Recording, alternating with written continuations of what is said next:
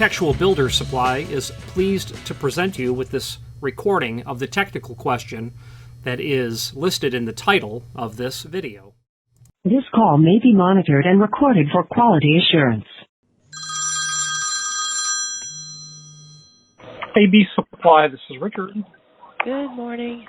How are you? Morning. Good, yourself? I'm doing good. Thanks for asking. I've got this one email that I'm looking at. Let's see. LUCAS? Yes. Oh, yeah, the commercial door, the commercial entry door aluminum hinge? Yes. Oh, yeah, okay, I see it. Yeah, that door is just really old. I mean, several decades. I would call that a slip-in pivot is probably what I would call it. Or a slip-in two-knuckle hinge. But it's probably a pivot is what I'd likely call that. But it'd be a slip-in because they'd cut a slot into the face of the door and frame, and they slide the leaf in behind, and that's how they attach it through those holes that are drilled there, or those holes that are drilled in countersunk. There's 3 for each hinge leaf, but I don't know what the other 2 are for. So the bottom line is that's certainly not. Why do you believe it's a cam lift hinge? I've never seen this before.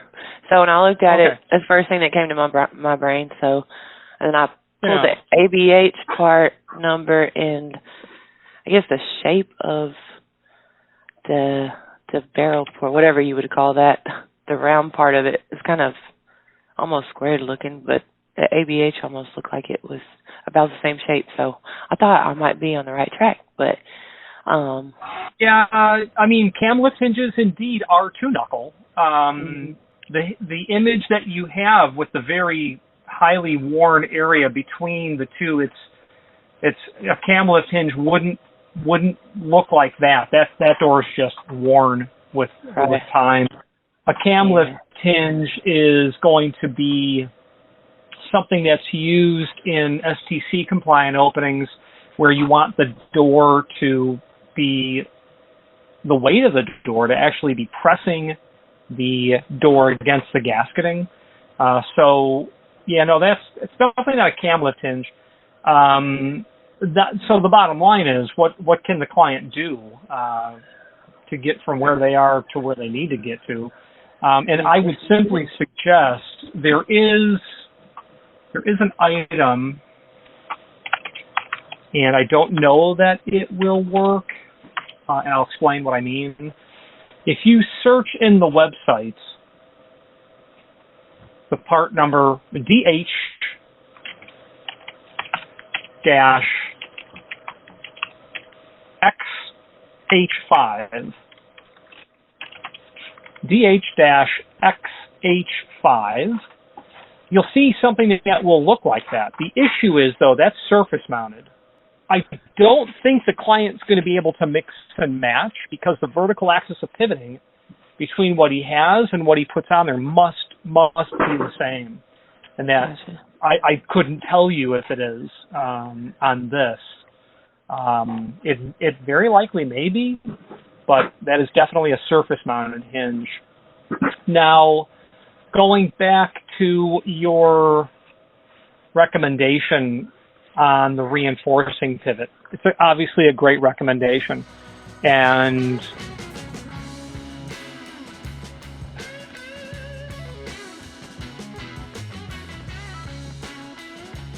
the issue, however, is 2 things. First of all, it looks like the door is extremely sagging because of the gap that's there. So adding the ABH 0923 or the 1923 from Pemco Marcar or the 253, I think is the Hager part number, is not going to fix a sagging door because the hinges are worn. All this does is keep the thing straight, vertical in the opening. It'll prevent it from falling over, tipping over. But if the door is literally sagging down in the opening vertically towards the sill or the threshold or the ground, that reinforcing pivot doesn't do that. Plus, number two is that vertical axis of pivoting, that imaginary vertical line has to be laser beam straight, and it would be unlikely that that slip-in two-knuckle pivot, intermediate pivot, is going to have the same vertical axis of pivoting. So depending on how much face dimension the client has, I would really suggest that they solve it permanently, and the part number I would use would be A570 HD. A570 HD, that I would go with a C083. So A570 HDC 083. Gotcha. That would, if you've got the dimension on the face of the frame to fit this, and you would just want to look at the template, this is the permanent, forever solution. And the client will never have to revisit any of this trouble again with this pivot. He'd have to remove all of them, but it's a done deal at that point. And you just want to see a picture of the. Oh no, you can see it. He's got the room. You can see it. You can see it in the second picture. Meaning, if we look at the template of the 570, wherever I've put that to, templates, I think you need 1.5 inches face. Yeah, you'd be able to get away with 1 inch. Yeah, minimum face frame is 1 and 15-30 seconds. That would be it. So as long as he's got 1.5 inches on the face of the frame, he'll make that work. It's cheap, it's easy to install, and again, it's the permanent solution. And it doesn't look that awful. Right. Because for sure what he has is several decades old, 70s, 60s, something like that. Right. Maybe 70s, 80s, I don't know, but probably 70s. Those, the caps that cover the fasteners, well, I guess, I don't know. Where? I guess that wouldn't run into the wall or anything. On the hinge, the A570, I guess. Oh, okay. That one. Well, yeah. Well, when you look at the template, though, it's telling you that you need a minimum frame size of 1.46.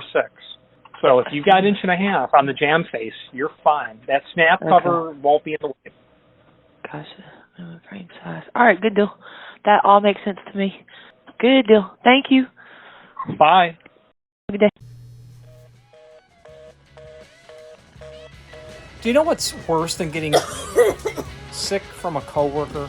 It's not participating in Architectural Builders Supply March 10,000 YouTube subscriber giveaway. Architectural Builders Supply hopes you have enjoyed this program. Please click thumbs up, please subscribe, and maybe even send the video to someone that you know. Thank you.